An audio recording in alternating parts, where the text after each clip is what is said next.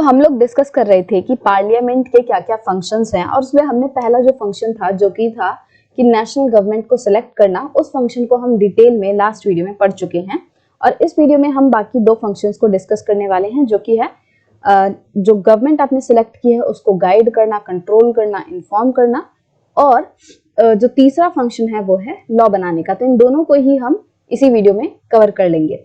So the parliament while in session begins with the question hour. तो जब parliament का काम शुरू होता है तो उसमें सबसे पहले क्या होता है, एक क्वेश्चन आवर होता है। मतलब आप कुछ टाइम के लिए जो गवर्नमेंट है उससे जो दूसरे लोग हैं, अपोजिशन वाले लोग हैं, कुछ सवाल पूछेंगे।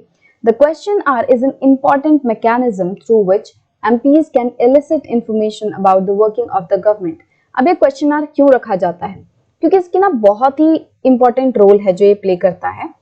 इससे क्या होता है कि जो MPs हैं, जो मेंबर ऑफ पार्लियामेंट हैं, वो गवर्नमेंट से इंफॉर्मेशन निकलवा सकते हैं कि वो किस तरीके से काम कर रही है। उससे सवाल पूछ रहे हैं कि अगर गवर्नमेंट कोई डिसीजन ले रही है, कोई काम कर रही है, तो वो कैसे कर रही है, क्यों कर रही है। तो गवर्नमेंट पे सवाल उठा सकते हैं MPs क्वेश्चन आवर में।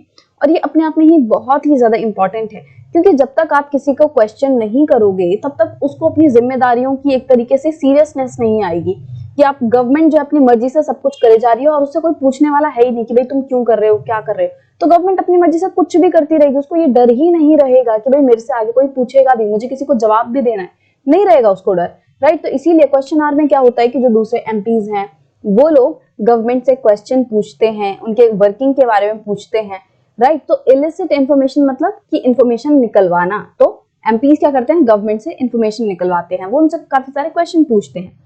So this is a very important way through which the parliament controls the executive। और ये जो क्वेश्चन पूछने वाला जो सिस्टम है, इसके थ्रू जो पार्लियामेंट है वो बहुत ही अच्छे तरीके से एग्जीक्यूटिव्स को कंट्रोल करती है। एग्जीक्यूटिव कौन? हमारी गवर्नमेंट, क्योंकि गवर्नमेंट जो है वो एग्जीक्यूट करने का काम कर रही है।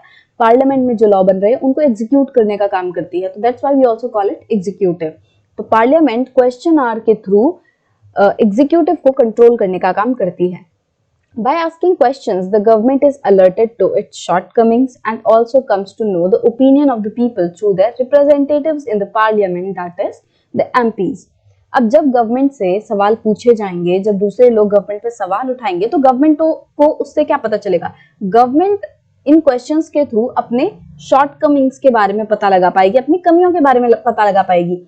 अब जैसे आप हो, आप कोई काम करते जा रहे हो, आपने मान लो आपने कोई पैराग्राफ लिखना था, कोई एस्से लिखना था, राइट, और आपने अपनी मर्जी से किसी टॉपिक पे लिख के दे दिया। अब जब तक आप अपने टीचर को दिखाओगे नहीं, जब तक आपके टीचर्स आपको कुछ सजेस्ट नहीं करेंगे कि भाई आपने ये गलत किया है, आपको ये ठीक करना चाहिए था, आपने ये सेंटेंस क्यों डाला, इसकी जरूरत थी, इसकी नहीं थी, जब तक आपके टीचर्स आपको इस तरीके से बताएंगे नहीं, तब तक आपको कैसे पता चलेगा कि आपकी गलती कहाँ है। आपने तो अपनी मर्जी से, अपने हिसाब से, आपने तो बेस्ट लिख के दिया ना, जो भी आपकी नॉलेज थी उसके हिसाब से आपने बेस्ट ऐसे लिख के दे दिया। बट जरूरी नहीं है ना कि आपके लिए जो बेस्ट है वो सच में बेस्ट हो। तो टीचर उसमें कुछ कमियां निकालेगा कि भाई देखो आप इसको सुधार सकते हो, आप यहाँ चेंजेस कर सकते हो, तो और अच्छा बन जाएगा। इसी तरीके से जो भी गवर्नमेंट काम कर रही है, उस काम में जरूरी नहीं है कि सब कुछ एकदम ही सही हो सकता है उसमें कुछ कमियां हो, बट गवर्नमेंट को अपनी कमियों के बारे में कैसे पता चलेगा? जब दूसरे जो लोग हैं, MPs जो हैं, वो उस पर सवाल उठाएंगे, राइट। तो गवर्नमेंट को अपनी शॉर्टकमिंग्स के बारे में पता लगता रहता है, और साथ ही साथ गवर्नमेंट को यह भी पता लगता है कि भाई लोगों की ओपिनियन क्या है, क्योंकि किसी पर्टिकुलर एरिया के लोगों ने वोट देके किसी इस A पर्सन को जिताया। अब ये पर्सन जीत के क्या बन गया? MP बन गया, और ये पार्लियामेंट में जाके बैठ जाएगा, राइट। अब ये जो लोग हैं ये जाके अपनी सारी शिकायतें A को करेंगे कि भाई सर हमारे यहाँ पे ये दिक्कत है, रोड नहीं बना हुआ है, पानी की दिक्कत है। वो सारी अपनी दिक्कतें जाके A से शेयर करेंगे, और A क्या करेगा? A जाके पार्लियामेंट में उन मुद्दों को रखेगा। इस तरीके से लोगों की जो ओपिनियन है, लोगों के जो प्रॉब्लम्स हैं, वो MPs के थ्रू, उनके रिप्रेजेंटेटिव्स के थ्रू पार्लियामेंट में पहुंचती हैं, गवर्नमेंट तक पहुंचती हैं। Asking questions of the government is a crucial task for every MP। अब हर एक MP के लिए एक बहुत इंपॉर्टेंट टास्क है कि वो गवर्नमेंट से सवाल कर रहा है ना। The opposition parties play a critical role in the healthy functioning of a democracy.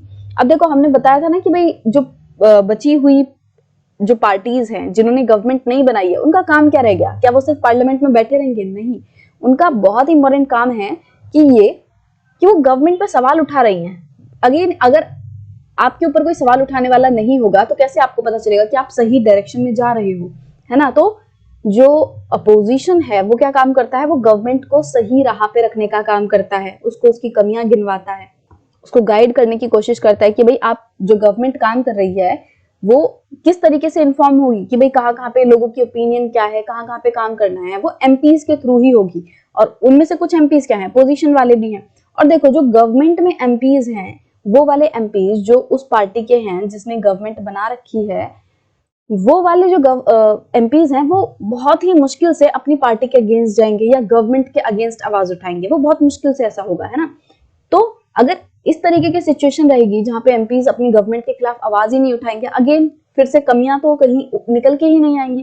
तो इसलिए जो अपोजिशन है वो क्या कर रहा है, वो इन एमपीज को जो कि गवर्नमेंट में है वो उनको उनकी कमियां गिनवा रहे हैं, उन पे सवाल खड़े कर रहे हैं, उनसे एक्सप्लेनेशन लेते हैं कि भाई तुमने ये काम किया, कैसे किया, तुम कह रहे थे तुम ये जो काम है वो करवा दोगे, तुम इतने रोड बनवा दोगे, तुम इतने डैम्स बनवा दोगे, जब इलेक्शन हुआ था तब तुमने ये सारे प्रोमिस किए थे, भाई उन प्रोमिस का क्या हुआ, तुम वो सच में पूरा कर रहे हो कि नहीं कर रहे हो। इस तरीके से जो है अपोजिशन काम करता है गवर्नमेंट से इंफॉर्मेशन निकलवाने के लिए, उसको ट्रैक पे रखने के लिए। They highlight drawbacks in various policies and programs of the government and mobilize popular support for their own policies। तो जो अपोजिशन पार्टी के लोग हैं वो क्या करते हैं, वो गवर्नमेंट के जितने भी अलग अलग पॉलिसीज हैं, प्रोग्राम्स हैं, उनमें कमियां निकलवाने की काम करते हैं, मतलब कमियां गिनवाते हैं।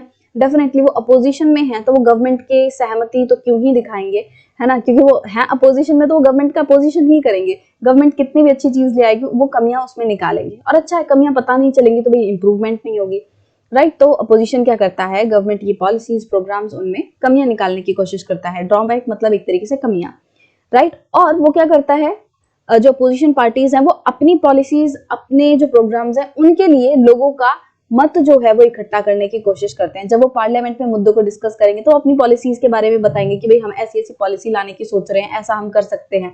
तो उससे क्या होगा, जो आम जनता है वो हो सकता है कि अपोजिशन के सपोर्ट में जाने लगे। इस तरीके से जो अपोजिशन है वो अपने लिए सपोर्ट गेन करने की कोशिश करता है।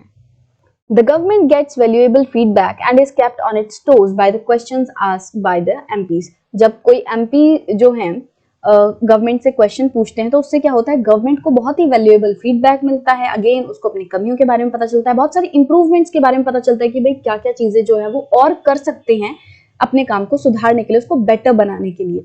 और कैप्ट ऑन इट्स टोज का मतलब है हमेशा उसको रेडी रखना किसी भी चैलेंज के लिए। तो गवर्नमेंट जो है हमेशा चैलेंज जिसको फेस करने के लिए रेडी रहती है। जब एमपीज उनसे सवाल पूछते हैं तो वो अलर्ट रहती है कि भाई मुझे कैसे जवाब देना है, मुझे किन किन मुद्दों पे भी और काम करने की जरूरत है। वो एक तरीके से उसके मन में ये डर भी रहता है कि भाई एमपीज मुझे इस मुद्दे पे सवाल ना पूछ लें, अगर हम काम नहीं करेंगे तो भाई पार्लियामेंट में लोग हम पे सवाल उठाएंगे। तो इस तरीके से वो हमेशा अलर्ट रहती है गवर्नमेंट इन क्वेश्चंस के through. In addition, in all matters dealing with finances, Parliament's approval is crucial for the government। अब हमने ये तो देख लिया कि भाई पार्लियामेंट में क्या हो रहा है कि मुद्दों को डिस्कस किया जा रहा है, गवर्नमेंट पे सवाल उठाए जा रहे हैं। इसके साथ साथ जितने भी मैटर्स फाइनेंस से रिलेटेड होते हैं, एक तरीके से जो भी मुद्दे ऐसे हैं जो कि पैसे से रिलेटेड है, फाइनेंस से रिलेटेड हैं, उन सभी मुद्दों में गवर्नमेंट के लिए जरूरी है कि वो पार्लियामेंट का अप्रूवल ले। वो अपनी मर्जी से कोई भी काम नहीं करेगी, उसे पार्लियामेंट का अप्रूवल लेना ही पड़ेगा। This is one of the several ways in which Parliament controls, guides and informs the government। और ये बहुत सारे तरीकों में से एक तरीका है जिसके थ्रू पार्लियामेंट जो है वो गवर्नमेंट को गाइड करती है कि भाई आपको इस तरीके से काम करना चाहिए, उसको इन्फॉर्म करती है, उसकी कमियों के बारे में बताती है, राइट। तो क्वेश्चंस पूछना हो गया, पार्लियामेंट से अप्रूवल लेना हो गया, इन सभी चीजों के थ्रू पार्लियामेंट गवर्नमेंट को कंट्रोल, गाइड एंड इन्फॉर्म करने की कोशिश करती है। The MPs as representatives of the people have a central role in controlling, guiding and informing Parliament, and this is a key aspect of the functioning of the Indian democracy। अभी बातें एक तरीके से रिपीट ही हो रही हैं इसमें कि MPs क्या करते हैं, वो क्या काम करते हैं, भाई वो लोगों के रिप्रेजेंटेटिव हैं, मतलब कि वो लोगों को जिस जगह से वो चुन के आए हैं उन्हें रिप्रेजेंट कर रहे हैं, उनके मतों को आगे रखने का काम किसका है, MP का है। और इस तरीके से एमपी जो है वो बहुत इंपॉर्टेंट रोल प्ले करते हैं गवर्नमेंट को कंट्रोल करने का, उसको गाइड करने का। कंट्रोल मतलब एक तरीके से खींच के रखना कि भाई कहीं गवर्नमेंट अपनी पावर से कहीं ज्यादा आगे ना निकल जाए, जो जो उसकी पावर्स उसको दी हुई हैं सिर्फ उनको ही इस्तेमाल करे, कुछ एक्स्ट्रा अपनी पावर का गलत इस्तेमाल ना करने लगे, उस तरीके से उसको कंट्रोल करती हैं। अगेन उसको गाइड करते हैं कि भाई आप यहाँ ऐसे काम करो, वैसे काम करो, उसको इन्फॉर्म करती हैं। तो ये सभी चीजों को करने में एमपीज का सबसे ज्यादा इंपॉर्टेंट रोल है। भाई देखो पार्लियामेंट किसकी बनी है, सिर्फ चेयर टेबल्स इन सब चीजों की तो पार्लियामेंट नहीं बनी ना। पार्लियामेंट का मतलब ही लोग हैं जो उसमें बैठ रहे हैं, और वो लोग कौन है, एमपीज हैं। तो पूरी जो पार्लियामेंट है वो खुद एमपीज से ही बनी हुई है। तो डेफिनेटली एमपीज जो है वो बहुत ही इंपॉर्टेंट पार्ट है पार्लियामेंट का, और जो एमपीज हैं वो पूरे इंडियन डेमोक्रेसी में ही एक इंपॉर्टेंट रोल प्ले करते हैं, राइट। अब यहाँ पे एक सेक्शन दिया हुआ है, following is an example of questions asked in parliament. तो हमने अभी पढ़ा कि भाई किस तरीके से पार्लियामेंट में जो एमपीज हैं वो गवर्नमेंट से सवाल पूछते हैं, और उसके थ्रू क्या होता है, गवर्नमेंट को आइडिया रहता है कि भाई वो कहाँ गलत काम कर रही है, कहाँ पे वो सही काम कर रही है। इस तरीके से उसको अपनी कमियों के बारे में भी पता लगता रहता है। तो इसमें एग्जाम्पल दिया हुआ है कि किस तरीके से पार्लियामेंट में सवाल पूछे जाते हैं। सो लोकसभा की जो प्रोसेस है वो चल रहा है इसमें। Unstarred question number 48 answered on, देखो पूरी डिटेल दी हुई है कि कितने क्वेश्चन नंबर पूछा गया है, किस डेट को पूछा गया है। Now converse of schemes for children, कि जो चिल्ड्रन के लिए स्कीम्स है उनको कन्वर्ज करने की बात करी जा रही है। मनोज राजौरिया, और वो पूछ रहे हैं, ये जो मनोज राजौरिया हैं ये एक एमपी हैं, ये सवाल पूछ रहे हैं। Will the Minister of Women and Child Development be pleased to state whether the government proposes to converge various schemes and policies for children in the country? If so, the details thereof, and if not, the reason therefore. तो जो मनोज राजौरिया हैं वो ministry of women and child development से सवाल पूछ रहे हैं, उनके मिनिस्टर से सवाल पूछ रहे हैं। वो कह रहे हैं कि भाई बताओ कि क्या जो गवर्नमेंट है वो जो भी schemes policies women and child के लिए बनी हुई हैं वो उनको कन्वर्ज करने का सोच भी रही है या नहीं। अगर हाँ तो फिर भाई कैसे सोच रही है, क्या क्या काम करेगी, उसको जो पॉलिसीज हैं चिल्ड्रन के लिए उनको कन्वर्ज करने के लिए क्या क्या काम करेगी। और अगर ऐसा नहीं सोच रही तो भाई अभी तक क्यों नहीं सोच रही, क्यों जो है इस काम को करने पे ध्यान नहीं दिया जा रहा। तो इस तरीके से ये सवाल पूछे गए हैं। तो आंसर क्या देते हैं minister of state in the ministry of women and child development, जो कि थे डॉक्टर वीरेंद्र कुमार। तो 2017 जब ये सवाल पूछा जा रहा था उस टाइम पे जो मिनिस्टर थे इस मिनिस्ट्री के वो थे डॉक्टर वीरेंद्र कुमार। अभी जो है करंटली इसके मिनिस्टर हैं स्मृति ईरानी जी, जो हैं वो इसकी मिनिस्टर हैं इस मिनिस्ट्री की। तो A to C, the ministry has developed the national plan of action for children 2016, which largely draws upon the existing programs and schemes for various ministries and departments. तो बोलते हैं कि जो मिनिस्ट्री है उसने काफी सारे जो प्लान्स वगैरह हैं वो बनाए हुए हैं, और उसने क्या किया, उसने national plan of action for children 2016 ये जो है वो डेवलप किया है, एक प्लान जिसका नाम है national plan of action for children 2016। ये पूरे प्लान का नाम है, वो डेवलप किया है जो कि उन programs and policies and schemes पे बेस्ड है जो कि ऑलरेडी निकाले हुए हैं, जो कि एग्जिस्टेड हैं, ठीक है। उन्हीं के ऊपर, उन्हीं के बेसिस पे ये जो प्लान है वो निकाला गया है। It provides a framework for convergence and coordination between ministries, departments and state UTs governments and encourages collective action from all stakeholders to address multi-dimensional vulnerabilities experienced by children। अब होता क्या है कि भाई देखो गवर्नमेंट वगैरह जो है वो बहुत सारी स्कीमें निकाल देती हैं। अब इतनी सारी स्कीमें होती हैं, कई बार लोगों को पता ही नहीं होता कि कौन कौन सी स्कीम है। कई बार ऐसा होता है कि एक स्कीम मान लो ये ministry of women child development ने निकाल रखी है, एक जो स्कीम है वो बच्चों के लिए ही है पर स्कूल जो एजुकेशन मिनिस्ट्री है उसने निकाल रखी है। दूसरी कोई स्कीम है जो कि वो भी बच्चों से रिलेटेड है बट वो हेल्थ मिनिस्ट्री ने निकाल रखी है। इस तरीके से बहुत सारी अलग अलग स्कीम्स हैं, तो जिनको कोऑर्डिनेट करने में ना बड़ी दिक्कत होती होगी। तो उसके लिए कि क्या कहा जा रहा है कि भाई इन सभी स्कीमों को एक तरीके से एक ही अम्ब्रेला के अंदर ले आओ, उनको एक तरीके से कन्वर्ज कर दो, मीट कर दो, मिला दो, ताकि जो अल्टीमेट पर्पस है इन सभी स्कीम्स का कि बच्चों की डेवलपमेंट हो पाए, उन पे ज्यादा ध्यान दिया जा सके। तो वही चीज का सवाल था, वो बोल रहे हैं कि भाई हमने इस चीज पे काम किया है। The national plan of action for children 2016 categorizes children's right under 4 key priorities। तो जो national plan for action for children 2016 है वो बच्चों के अधिकार को 4 कैटेगरीज में बांटता है। पहला है सर्वाइवल, हेल्थ एंड न्यूट्रिशन, कि भाई बच्चों का जो जीना है वही सबसे ज्यादा इंपॉर्टेंट है। कभी कभी क्या होता है कि जो बच्चे हैं वो पैदा होते ही मर जाते हैं, पैदा होने के 1-2 महीने के अंदर ही मर जाते हैं, तो उनका सर्वाइवल, उनका जिंदा रहना बहुत जरूरी है। दूसरा, जिंदा रहेंगे तो उनकी हेल्थ भी अच्छी होनी चाहिए और उनको न्यूट्रिशन अच्छा मिलना चाहिए।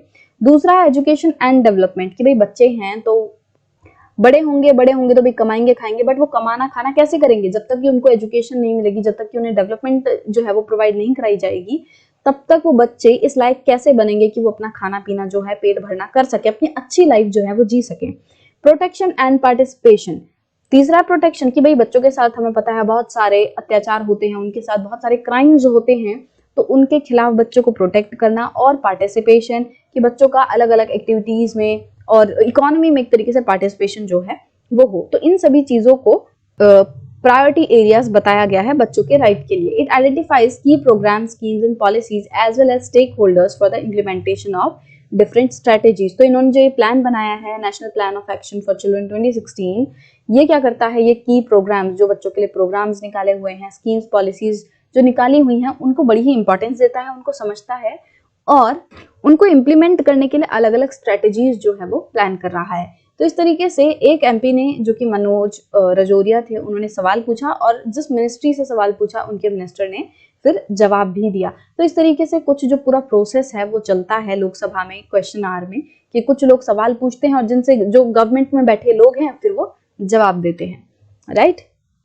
अब इसी में अपना जो तीसरा फंक्शन है वो भी डिस्कस कर लेते हैं, जो कि है लॉ मेकिंग। अब ये वाला जो एक तरीके से सेक्शन है लॉ मेकिंग का, वो फर्स्ट जो इसका फर्स्ट सेक्शन था उसमें भी हमने फर्स्ट फंक्शन था उसमें भी हमने थोड़ा थोड़ा डिस्कस कर लिया था कि किस तरीके से पार्लियामेंट में लॉ बनता है। पूरे गवर्नमेंट के हाथ में पावर नहीं है लॉ बनाने की, ना ही लोकसभा के पास सिर्फ पावर है लॉ बनाने की, बल्कि पूरी जो पार्लियामेंट है वो ही मिलके लॉ बना पाती है, right. So law making is a significant function of parliament, कि पार्लियामेंट का एक बहुत ही इंपॉर्टेंट फंक्शन है कानून को बनाना। तो हमने पढ़ा था कि पहले क्या होगा, मान लो लोकसभा में कोई मुद्दा उठा, उस पर लॉ बनना है, तो लोकसभा से पास होके वो जो बिल है वो जाएगा राज्यसभा के पास। राज्यसभा के जो लोग हैं वो बोलेंगे अगर उस बिल में कुछ चेंजेस करने हैं या वो गलत ही है पूरा, तो हो सकता है एकदम ही कैंसिल कर दे कि नहीं भाई ये बिल एक्ट नहीं बन सकता, इसको हम पास नहीं करेंगे, राइट। इस तरीके की सिचुएशन भी हो सकती है। और अगर मान लो भाई राज्यसभा को भी अच्छा लगा तो उन्होंने क्या कहा कि भाई आगे बढ़ा देते हैं, ये ठीक है, इसको हम भी पास कर देते हैं। तो उस बिल को राज्यसभा से पास करके आगे किसके पास भेजा जाएगा, प्रेसिडेंट के पास भेजा जाएगा। और अगर प्रेसिडेंट जी भी जो है वो खुश हो जाएंगे उस बिल से कि ठीक है ये जो बिल है वो बिल्कुल सही है, लोगों के भले के लिए आ रहा है, तो प्रेसिडेंट उस पर साइन कर देंगे और वो बिल जो है फिर एक्ट बन जाएगा और इस तरीके से पास हो जाएगा। तो मतलब कि पार्लियामेंट की तीनों जो बॉडीज हैं, लोकसभा, राज्यसभा एंड प्रेसिडेंट, वो तीनों ही इसमें पार्टिसिपेट कर रही हैं। तो इस तरीके से जो पार्लियामेंट है वो लॉ मेकिंग में एक इंपॉर्टेंट रोल प्ले करता है और हम अपने नेक्स्ट चैप्टर में लॉ मेकिंग के ऊपर और ज्यादा डिटेल में डिस्कस करने वाले हैं। बट हाँ, अगर आपको, वैसे तो मैंने यही जो है फर्स्ट फंक्शन में भी डिस्कस किया था, और डिटेल में समझना है तो आप जो फर्स्ट फंक्शन वाली जो वीडियो है नेशनल गवर्नमेंट को सिलेक्ट करने वाली, उसको और एक बार देख सकते हो ताकि और अच्छे से समझ आ जाए। बस आपके लिए वैसे अभी इंपॉर्टेंट इतना ही है कि हाँ भाई पार्लियामेंट जो है वो लॉ बनाती है, राइट। और लॉ बनाना क्यों जरूरी है भाई, लोगों को आप कंट्रोल करोगे, लोगों को एक तरीके से सही राह पे रखने के लिए, किसी के साथ अन्याय ना हो जाए, ये सब देखने के लिए आपको लॉ बनाने जरूरी है, कानून बनाने जरूरी है। तो कंट्री को चलाने के लिए लॉ बनाना जरूरी है और वो काम कौन करता है, पार्लियामेंट करती है, right. So I hope now it is clear.